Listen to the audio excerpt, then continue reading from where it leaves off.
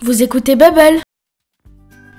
La marche, le langage, la diversification, laissez-moi deviner. Ce que l'on appelle les stades d'éveil de l'enfant n'ont plus de secret pour vous depuis que ce petit être charmant est entré dans votre vie.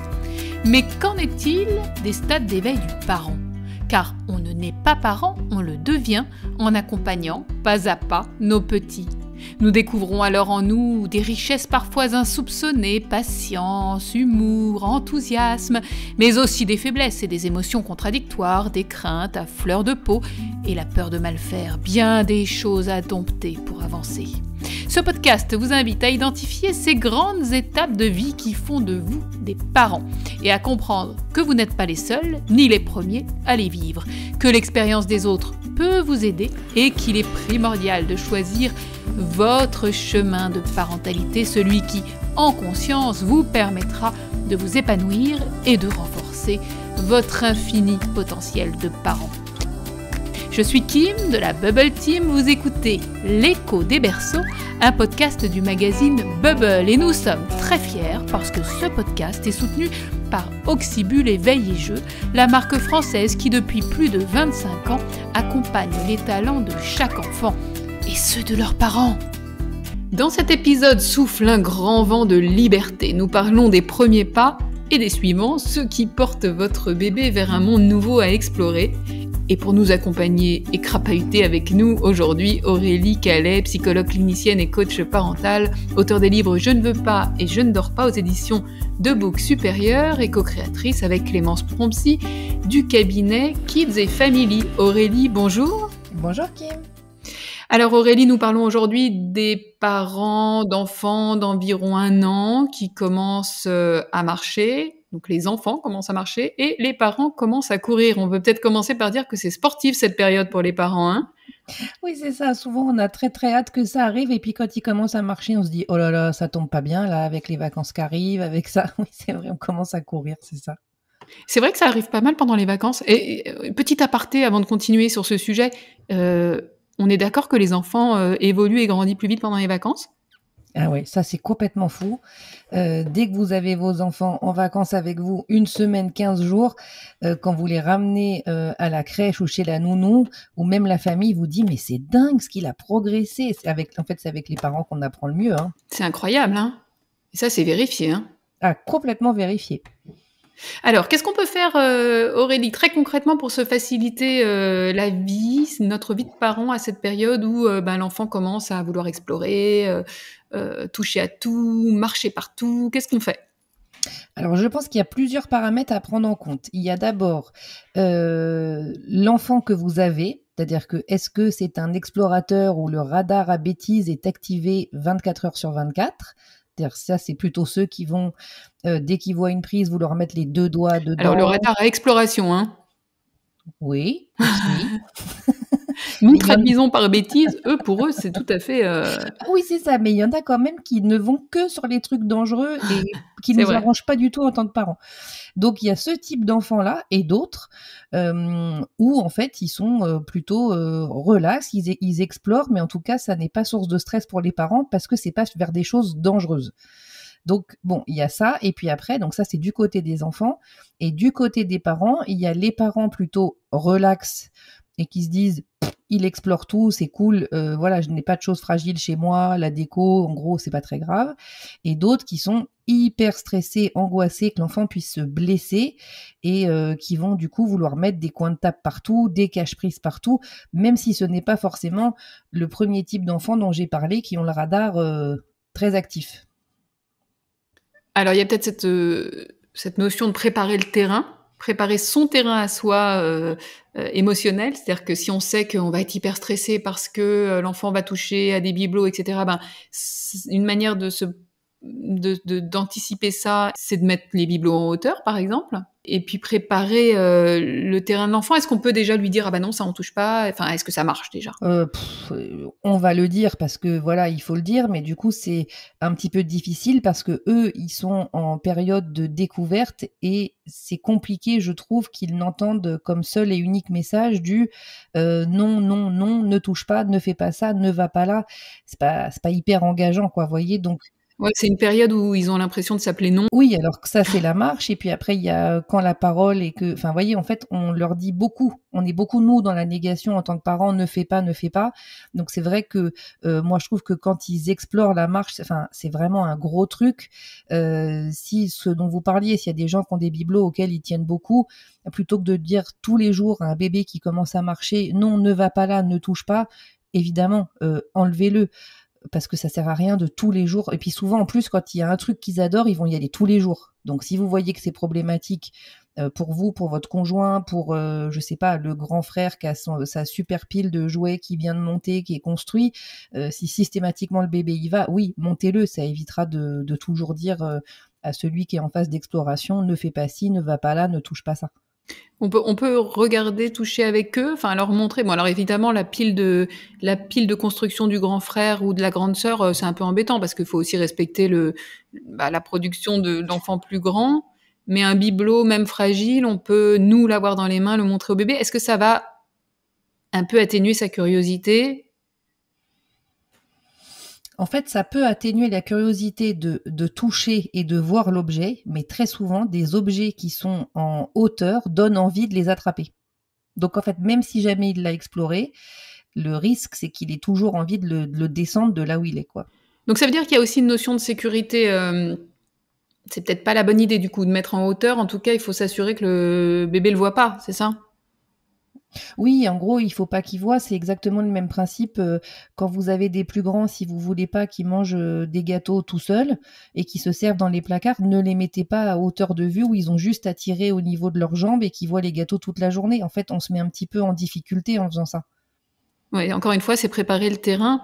Du point de vue de la sécurité, justement, en fait, on sait que c'est une période où le bébé va beaucoup réagir en fonction des réactions de ses parents.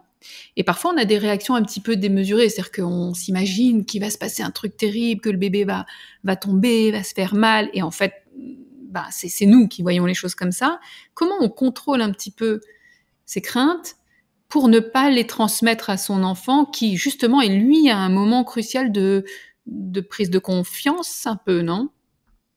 Bien sûr, et ça, c'est un vrai travail de parent qui va se jouer sur la marche, mais pour toutes nos angoisses parentales ou nos angoisses d'adultes, si on ne souhaite pas les projeter sur son enfant ou que ça devienne les siennes. Donc ça, c'est un vrai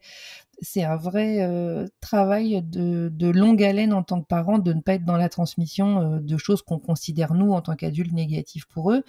Mais c'est vrai que si jamais l'enfant est en train de se lancer et qu'on n'arrête pas de lui dire « Attention, non, non, non, tu vas tomber », le risque, en fait, c'est qu'il se décourage un petit peu et qu'il laisse tomber, quoi. Il faut que l'enfant voit que vous avez confiance en lui.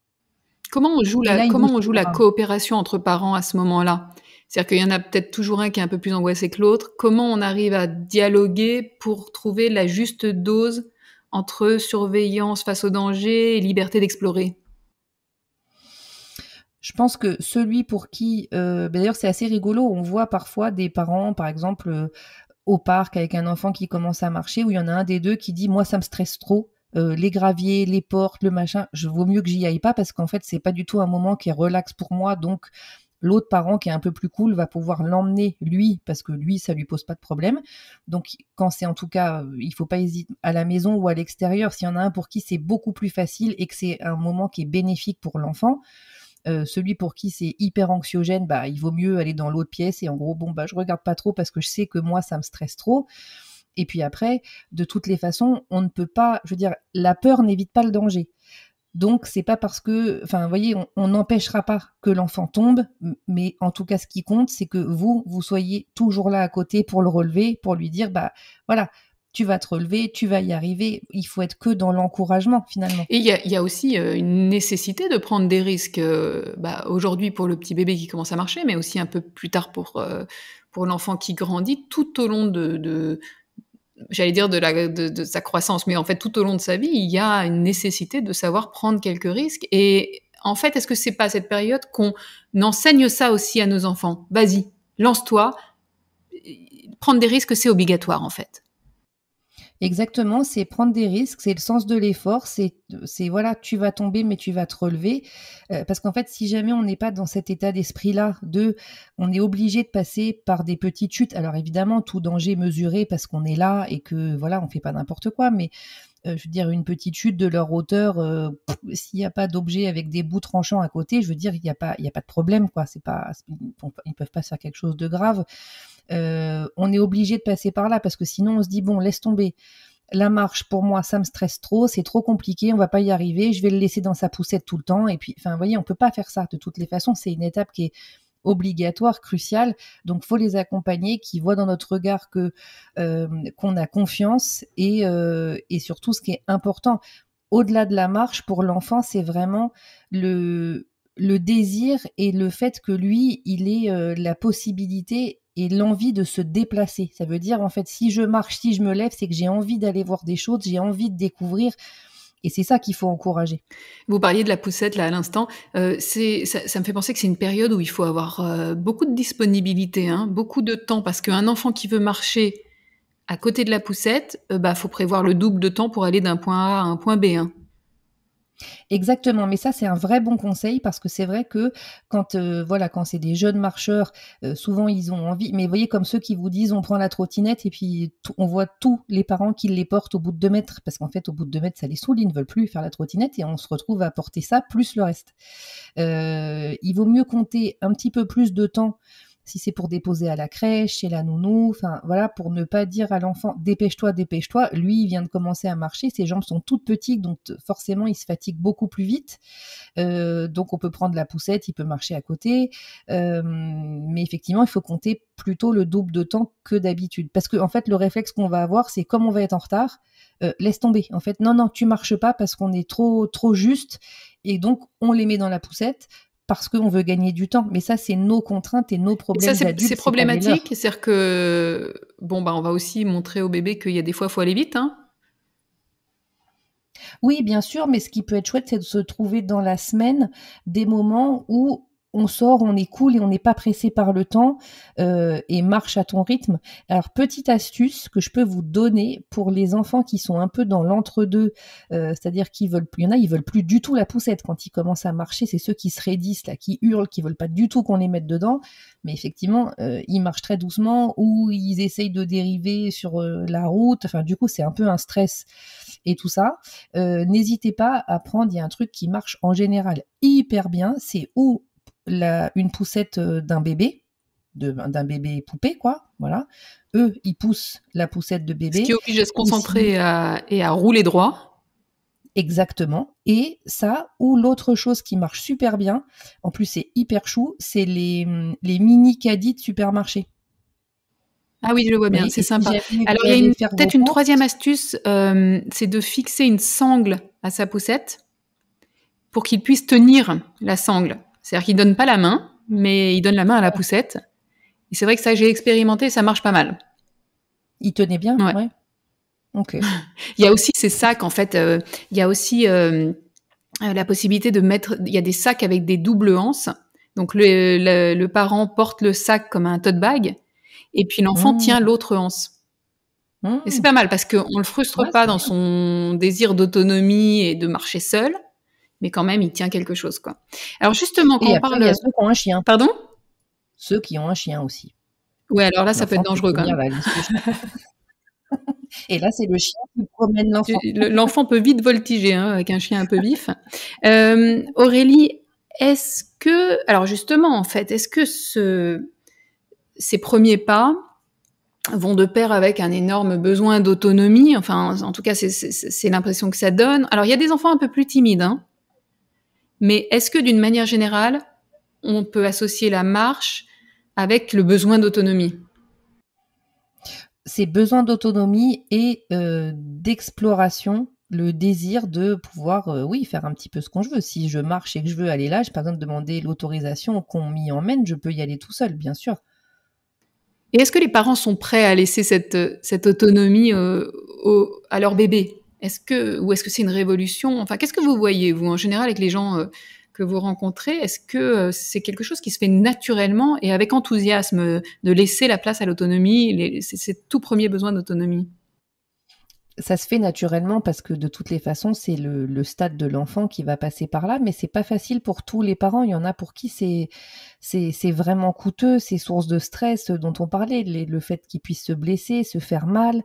Il y a des parents pour qui c'est pas fastoche quoi comme période parce que je sais que je vais pas l'empêcher de marcher, je vais pas le boucler dans une poussette ou dans un fauteuil roulant. Donc de toute façon, il va bien falloir qu'il y aille.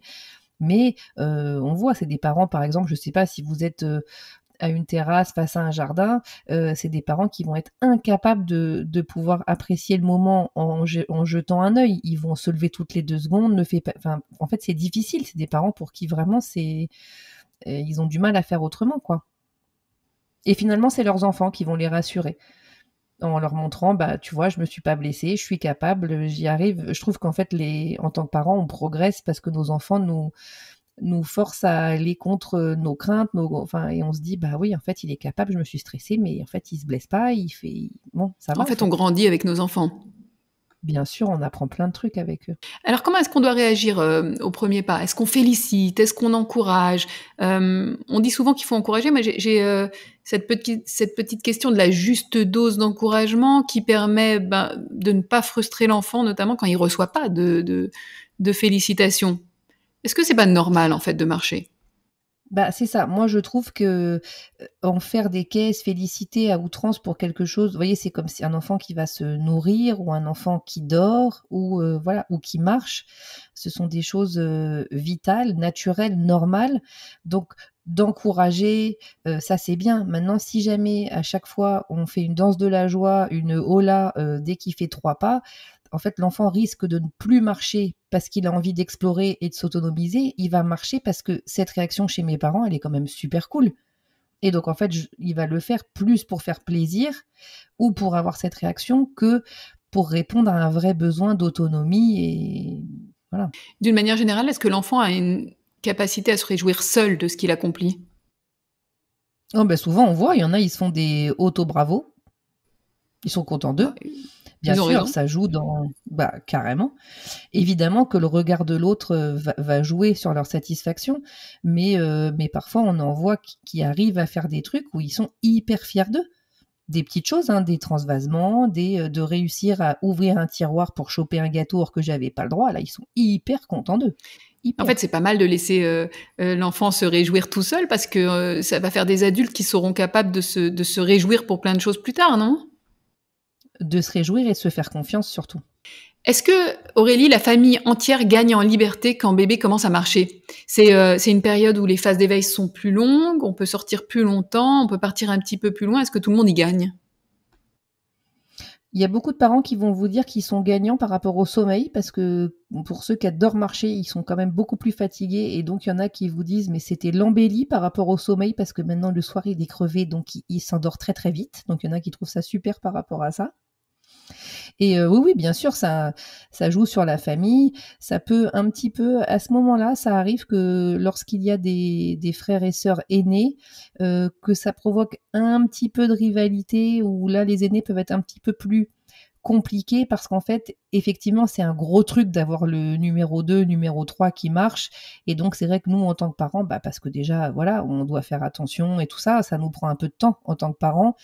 Et donc, les aînés ont un peu l'impression que on fait le focus, on attire beaucoup d'attention sur quelque chose qui, pour les aînés, leur paraît complètement normal, en fait, de marcher. Ils se disent un peu, mais pourquoi ils passent leur temps sur ce truc, alors que moi, on me félicite pas pour ça. Voilà, donc faut juste être attentif aux grands à ce moment-là. C'est peut-être le moment de rappeler aux grands qu'on les félicite pour autre chose. Bien sûr. Alors Aurélie, cette période, elle consiste pas seulement pour l'enfant à découvrir son univers spatial, il découvre aussi bientôt qu'il a la possibilité de le modifier, cet univers, on l'a dit. Il peut déplacer des objets, il peut apporter un livre pour qu'on lui lise. Qu'est-ce que ça va changer dans la relation familiale ? Avec vous, mais aussi avec les frères et sœurs. En fait, l'enfant devient acteur, il exerce concrètement sa volonté.